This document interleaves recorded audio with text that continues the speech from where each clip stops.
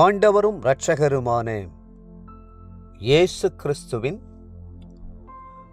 ஈடு இணையற்ற நாமத்தில் அன்றன்றுள்ள அப்பம் வாசகர்களுக்கு எங்கள் அன்பின் வாழ்த்துக்கள். 2024 ஆண்டு ஜூலை மாதம் 30ஆம் தேதி செவ்வாய்க்கிழமைக்குரிய தின தியானம். இன்றைய தலைப்பு அனுகூலமான துணை. 46ஆம் சங்கீதம் 1ஆம் வசனம் சொல்கிறது, தேவன் நமக்கு அடைக்கலமும் பெலனும் ஆபத்து காலத்தில் அனுகூலமான துணையுமானவர். நம் ஆண்டவரை குறித்து அவர் அனுகூலமான துணையுமானவர் என்று வேதம் சொல்கிறது. ஆங்கிலத்தில் வெரி பிரசன்ட் ஹெல்ப் என்று இந்த வார்த்தை மொழிபெயர்க்கப்பட்டிருக்கிறது. அதை உடனுக்குடன் உதவி என்று மொழிபெயர்த்திருந்தால் இன்னும் பொருத்தமாய் இருந்திருக்கும். அவர் நமக்கு அடைக்கலமும் பெலனும் ஆபத்து காலத்தில் உடனுக்குடன் உதவியாளருமாய் இருக்கிறார். சில சகோதரிகள் இவ்வாறு சொல்ல கேட்டிருக்கிறேன். என் கணவர் எனக்கு மிக உதவியாய் இருக்கிறார். காய்கறி சாமான்களை வாங்கி கொண்டு வருகிறார். பிள்ளைகளை உடுத்துவித்து பள்ளிக்கூடத்திற்கு கொண்டு செல்லுவார். எனக்கேற்ற துணையாய் இருக்கிறார் என்பார்கள். சில சகோதரிமார் தங்கள் மாமியாரை குறித்து சந்தோஷமாய் பேசும்போது, மற்ற மாமியாருக்கும் என் மாமியாருக்கும் வித்தியாசம் உண்டு, என்னை சொந்த மகள் போல கவனித்துக் கொள்கிறார்கள் என்று சொல்லுவார்கள். வேறு சில சகோதரிகள், நாங்கள் புதிதாக ஒரு வீட்டிலே வாடகைக்கு குடியிருக்கிறோம். வீட்டின் உரிமையாளர் மிக நல்லவர். எந்த உதவி வேண்டுமென்றாலும் உடனே எங்களுக்கு செய்கிறார் என்று சொல்லுவார்கள். எல்லா உதவிகளை பார்க்கிலும் கர்த்தருடைய உதவி 1000 மடங்கு மேன்மையானது.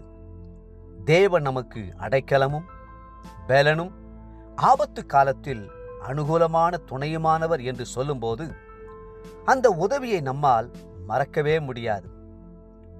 ஒரு பக்தன் அதை இமைப்பொழுதும் தாமதமற்ற உதவி என்று குறிப்பிட்டார்.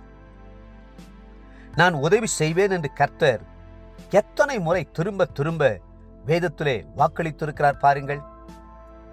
அவர்கள் கூப்பிடுகிறதற்கு முன்னே நான் மறு உத்தரவு கொடுப்பேன். அவர்கள் பேசும்போதே நான் கேட்பேன். ஏசாயா 65:24.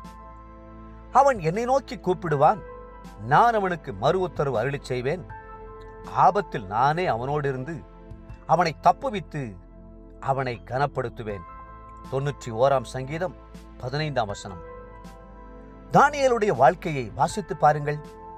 ஆபத்து காலத்தில் அவர் எப்படி அனுகூலமான துணையாய் இருந்தார் என்பதை நாம் தெளிவாய் புரிந்து கொள்ள முடியும்.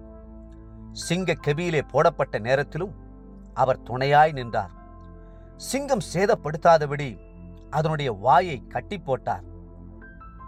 சிங்க கெபியிலே போடப்பட்ட பின் 5 நிமிடம் கழித்து துணை வந்திருக்கும் என்றால் ஒரு பிரயோஜனம் இல்லை.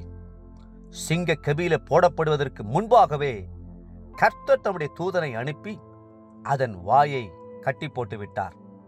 தானியேலே, பயப்படாதே. நீ அறிவை அடைகிறதற்கும் உன்னை உன்னுடைய தேவனுக்கு முன்பாக சிறுமைப்படுத்துகிறதற்கும் உன் மனதை செலுத்தின முதல் நாள் துவக்கி உன் வார்த்தைகள் கேட்கப்பட்டது. உன் வார்த்தைகளின் நிமித்தம் நான் வந்தேன் என்று தேவதூதன் கூறினான்.